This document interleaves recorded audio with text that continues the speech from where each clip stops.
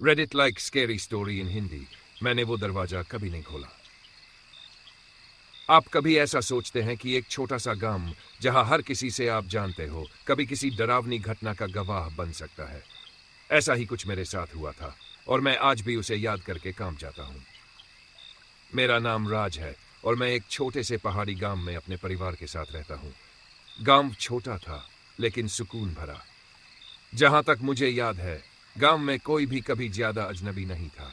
हम सभी एक दूसरे को जानते थे और आपस में घुल मिल कर रहते थे। लेकिन एक रात एक घटना ने मेरी पूरी जिंदगी बदल दी। ये बात उस समय की है जब मैं अपनी पत्नी और छोटे बच्चे के साथ अपने घर में सो रहा था। रात का वक्त था और सब कुछ शांत था। मैंने सोचा था कि जैसे हर रात ये भी एक सामान्य रात होगी, लेकिन मुझे क्या पता था कि उस रात सब कुछ बदलने वाला था। करीब रात के 2 बजे मुझे अचानक से अपनी नींद में एक अजीब सी आवाज आई। शुरू में मैंने उसे नजरअंदाज किया। ऐसा कभी कभी होता है जब हवा के चलते दरवाजे की आवाजें आती हैं या फिर दीवारों में हलचल होती है। लेकिन इस बार वो आवाज बहुत ही जानी पहचानी थी। ये मेरे घर के दरवाजे की आवाज थी, दरवाजा खुलने की आवाज। अब मुझे लगा कि शायद मेरे दिमाग ने कुछ ज्यादा ही सोच लिया हो, लेकिन जब मैंने आंखें खोली तो वो आवाज फिर से आई। इस बार मुझे यकीन हो गया कि दरवाजा सचमुच खुला था। मैंने तुरंत अपना फोन उठाया और धीरे धीरे बिस्तर से बाहर निकला। जब मैं हॉलवे में पहुंचा तो देखा कि दरवाजा सच में खुला था। यह देखकर मेरी धड़कन तेज हो गई। मैंने पूरी कोशिश की कि अपने डर को कंट्रोल करूं, लेकिन वो डर जो मैंने कभी महसूस नहीं किया था, वो मेरे अंदर समाने लगा। मैंने दरवाजे को बंद किया और अंदर लौटा। फिर से सोने की कोशिश करने लगा, लेकिन नींद जैसी कोई चीज अब मुझे आई नहीं। कुछ देर बाद जब मुझे लगा कि सब कुछ शांत है, मैं फिर से उठकर चुपके से बाहर गया।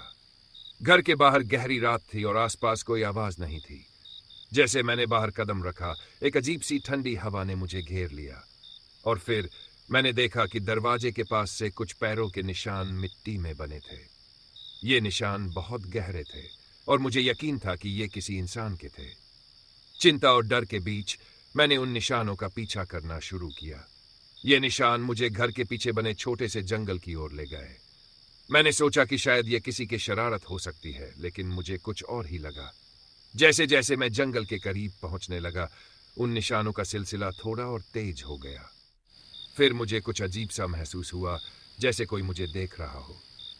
मैंने पलटकर देखा, लेकिन वहां कोई नहीं था। मुझे अब डर लगने लगा और मैंने तुरंत पुलिस को फोन किया। पुलिस आई, लेकिन जब तक वे वहां पहुंचे सब कुछ सामान्य हो चुका था। कोई भी निशान बाकी नहीं थे और दरवाजा भी बंद था। पुलिस ने कहा कि शायद ये किसी जानवर का काम हो सकता है, लेकिन मुझे यकीन था कि यह कुछ और था। लेकिन कहानी यहीं खत्म नहीं हुई। अगले दिन जब मैं जंगल में फिर से गया तो कुछ अजीब देखने को मिला। वहां एक जगह खुदी हुई थी। मुझे समझ नहीं आया कि वहां क्या हो रहा था, और जब मैंने उसे खोला तो वहां एक बटुआ था। बटुए को देखकर मेरी धड़कन तेज हो गई। वह बूढ़ी हडिडी। गांव के बाहरी इलाके में एक पुराना और खंडहर हुआ घर खड़ा था। लोग कहते थे कि वहां कुछ अजीब होता है, पर कोई भी उस घर में जाने की हिम्मत नहीं करता था। यह घर कभी किसी अमीर जमींदार का था, लेकिन उसके बाद वहां कुछ ऐसा हुआ कि उसका नाम तक भूल गया। एक दिन गांव में एक युवा लड़का अजय अपने परिवार के साथ शहर से वापस लौटकर अपने दादी नानी के पास आया। घर के पास ही वही खंडहर था और अजय का दिल हमेशा उस पर अटकता था। गांव वाले कहते थे कि उस खंडहर में एक चुड़ैल का वास है जो रात को आत्मा बनकर निकलती है। उसे बूढ़ी हडिडी कहा जाता था। लोग ये भी कहते थे कि वह महिला कभी गांव में किसी का भला नहीं चाहती थी और उसकी मृत्यु के बाद भी उसका क्रोध और बदला नहीं थमा था। अजय को इन सब बातों पर विश्वास नहीं था, लेकिन एक रात उसने ठान लिया कि वह खंडहर में जाएगा और देखेगा कि असलियत क्या है। रात गहरी हो चुकी थी और अजय अकेला ही घर से बाहर निकल आया। चांद की हल्की रोशनी में खंडहर का दृश्य और भी डरावना लग रहा था। उसके कदम जैसे जैसे खंडहर के पास बढ़े, उसे एक ठंडी हवा का एहसास हुआ। अचानक उसने सुनी धीमी धीमी आहें और बड़बड़ाहट। अजय रुका और घबराहट में खड़ा हो गया। फिर एक असाधारण दृश्य सामने आया। एक बूढ़ी औरत की आकृति खड़ी थी, जिसका चेहरा सफेद था, आंखें खाली और बाल बिखरे हुए थे। वह एक ही शब्द बोल रही थी, पुकार लिया है तुमने। अजय का दिल धड़क रहा था, लेकिन उसका साहस उसे खींचता चला गया। उसने अपनी हिम्मत जुटाई और आगे बढ़ते हुए उस आकृति के पास पहुंचा। जैसे ही वह पास पहुंचा, अचानक वह आकृति गायब हो गई और अजय को लगा जैसे कोई और उसे घेर रहा हो।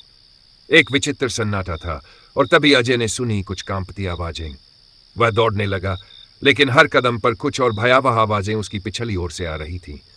अजय को समझ में आ गया कि वह अकेला नहीं था। तभी उसे एक आवाज आई, तुम्हें नहीं छोड़ा जाएगा, तुमने मुझे पहचान लिया है। वह थमा और गहरे डर में फंसा हुआ था। अजय ने अपनी आंखें बंद कर ली, लेकिन तभी किसी औरत की आवाज आई, तुमने मुझे देख लिया तो अब तुम मेरे ही हो। अजय ने देखा कि वह चुड़ैल अब उसके सामने खड़ी थी, लेकिन उसके चेहरे पर एक अजीब बदलाव आया था। वह औरत अचानक खूबसूरत दिखने लगी और वह बोली, तुम मुझे पहचान नहीं पाए, तुम्हें पहचानने का समय अब नहीं रहा। अजय ने पूछा, तुम कौन हो? वह औरत बोली, मैं उसी जमींदार की पत्नी थी जिसकी हत्या तुम सबने की थी। मैंने खुद को बचाने के लिए हर एक को मार डाला, लेकिन मेरे लिए न्याय की कोई उम्मीद नहीं थी। अब तुम सबके साए में हूं।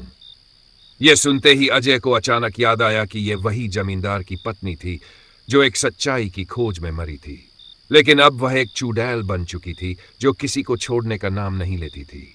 अजय डरते डरते पीछे मुड़ा और दौड़ने लगा, लेकिन वह जानता था कि अब यह पीछा उसे कभी नहीं छोड़ने वाला था। उसकी मौत की कहानी गांव में फैल गई और कभी किसी ने उस खंडहर में जाने की हिम्मत नहीं की। अभी भी कहते हैं कि वहां रात के समय किसी की आहें और खौफनाक आवाजें आती है और वह जगह कभी नहीं छोड़ती। अंत में बात स्पष्ट हो गई कि उस चुड़ैल की ताकत का कारण केवल एक साधारण हत्या नहीं थी, बल्कि उसने अपनी मृत्यु के बाद भी काली मां और तंत्र मंत्र का सहारा लिया था। वह एक अदृश्य शक्ति बन चुकी थी जो अब पूरे गांव के ऊपर राज करती थी। सावधान रहिए, अगर रात को कभी उस खंडहर के पास जाएं तो आपको उसकी आवाजें सुनाई दे सकती है और एक दिन आप भी उसकी पकड़ में आ सकते हैं। अंधेरे का साया। यह कहानी एक छोटे से गांव की है जहां रात के अंधेरे में अजीब घटनाएं घटने लगी थी। गांव वालों का मानना था कि इस सब का कारण एक पुरानी हवेली है जो सालों से वीरान पड़ी थी। उस हवेली के बारे में एक खौफनाक कहानी थी जिसे सुनते ही लोग डर से कांप उठते थे। कई साल पहले उस हवेली में एक जमींदार का परिवार रहता था। एक रात बिना किसी खबर के वे सब गायब हो गए। उस रात के बाद हवेली में कुछ अजीब घटनाएं होने लगीं। लोग रात को हवेली के पास से गुजरते समय सिहर जाते थे। कुछ कहते थे कि हवेली से अजीब सी आवाजें आती थी, कुछ का कहना था कि वहां कोई महिला दिखाई देती थी, लेकिन सबने यह माना था कि हवेली पर कोई काले जादू का असर था। राजू, जो गांव से बाहर पढ़ाई करने आया था, उन बातों को सिर्फ अफवाह मानता था। एक रात उसने गांव वालों से हवेली के बारे में सुनी और यह तय किया कि वह उस रहस्य का पता लगाएगा। उसने रात के अंधेरे में हवेली की ओर रुख किया। हवेली के पास पहुंचते ही राजू को एक ठंडी हवा का झोंका महसूस हुआ। हवा में एक अजीब सी भीनी सी महक थी, जैसे पुराने समय की किसी किताबों से आई हो। वह हवेली के अंदर घुसा और उसके कदमों की आवाज गूंजने लगी। अचानक एक दरवाजा अपने आप खुल गया। राजू ने डरते हुए अंदर कदम रखा। कमरे के अंदर घने अंधेरे के बीच अचानक एक हल्की सी रोशनी दिखाई दी। जैसे ही वह रोशनी के पास बढ़ा, उसे महसूस हुआ कि किसी ने उसका नाम पुकारा। राजू! वह एक महिला की आवाज थी जो बहुत धीमी थी लेकिन साफ सुनाई दे रही थी। राजू ने डरते हुए चारों ओर देखा, लेकिन कोई दिखाई नहीं दिया। फिर वह आवाज फिर से सुनाई दी, क्या तुम मेरी मदद करोगे? राजू का दिल तेजी से धड़कने लगा। वह घबराते हुए बोला, तुम कौन हो? इतना सुनते ही कमरे की रोशनी और तेज हो गई। अब उसने देखा एक महिला की आकृति धीरे धीरे धुंध में उभरने लगी थी। महिला का चेहरा डरावना था, उसकी आंखें स्याह और गहरी थी। उसने राजू की ओर बढ़ते हुए कहा, मैं यहां ट्रैप्ड हूं, मुझे मेरी आत्मा की शांति चाहिए। राजू ने कांपते हुए पूछा, तुम क्या चाहती हो? महिला ने कहा, तुम मुझे मेरी मदद करो या फिर तुम भी मेरी तरह यहां फंसे रहोगे। राजू को समझ में नहीं आया कि वह क्या करे। उसकी सांसें रुक सी गई। अचानक महिला की आंखों में एक डरावनी चमक आ गई। उसने राजू से कहा, तुम मुझे नहीं छोड़ सकते, अब तुम मेरे साथ हो। राजू को लगा जैसे उसकी दुनिया उलट गई हो। घबराहट के मारे वह पलटकर भागा, लेकिन जैसे ही उसने दरवाजा खोला, वहां वही महिला खड़ी थी, वही चेहरा, वही सूरत। महिला धीरे धीरे उसकी ओर बढ़ रही थी। राजू के शरीर में एक ठंडक दौड़ गई। वह डरा हुआ भागने की कोशिश कर रहा था, लेकिन हर कदम उसे और भी भारी लगता। वह महिला अब उसके बिल्कुल पास थी और उसने धीरे से कहा, अब तुम मेरा हिस्सा बन गए हो राजू। अचानक राजू की आंखें खुल गई। वह अगले दिन गांव वालों के बीच वापस आ गया, लेकिन अब उसका चेहरा बहुत बदल चुका था। उसकी आंखों में एक खालीपन था, जैसे वह किसी और दुनिया से लौटकर आया हो। वह पूरी तरह से सुन्न हो चुका था और वह कभी भी कुछ बोलने की हिम्मत नहीं कर सका। गांव वालों ने देखा कि वह अजीब तरह से शांत हो गया था, जैसे वह किसी भूतिया घटना का हिस्सा बन चुका हो। Title: it wasn't just a mistake, it was something worse. मुझे अब तक समझ में नहीं आता कि वह गलती थी या कुछ और, पर उस दिन के बाद से मैं कभी भी उसी तरह से नहीं सोचा जैसा पहले सोचता था। वो रात जब मैंने अपनी आंखों से वो देखा, जिसने मेरी जिंदगी को हमेशा के लिए बदल दिया। सब कुछ एक आम रात की तरह था।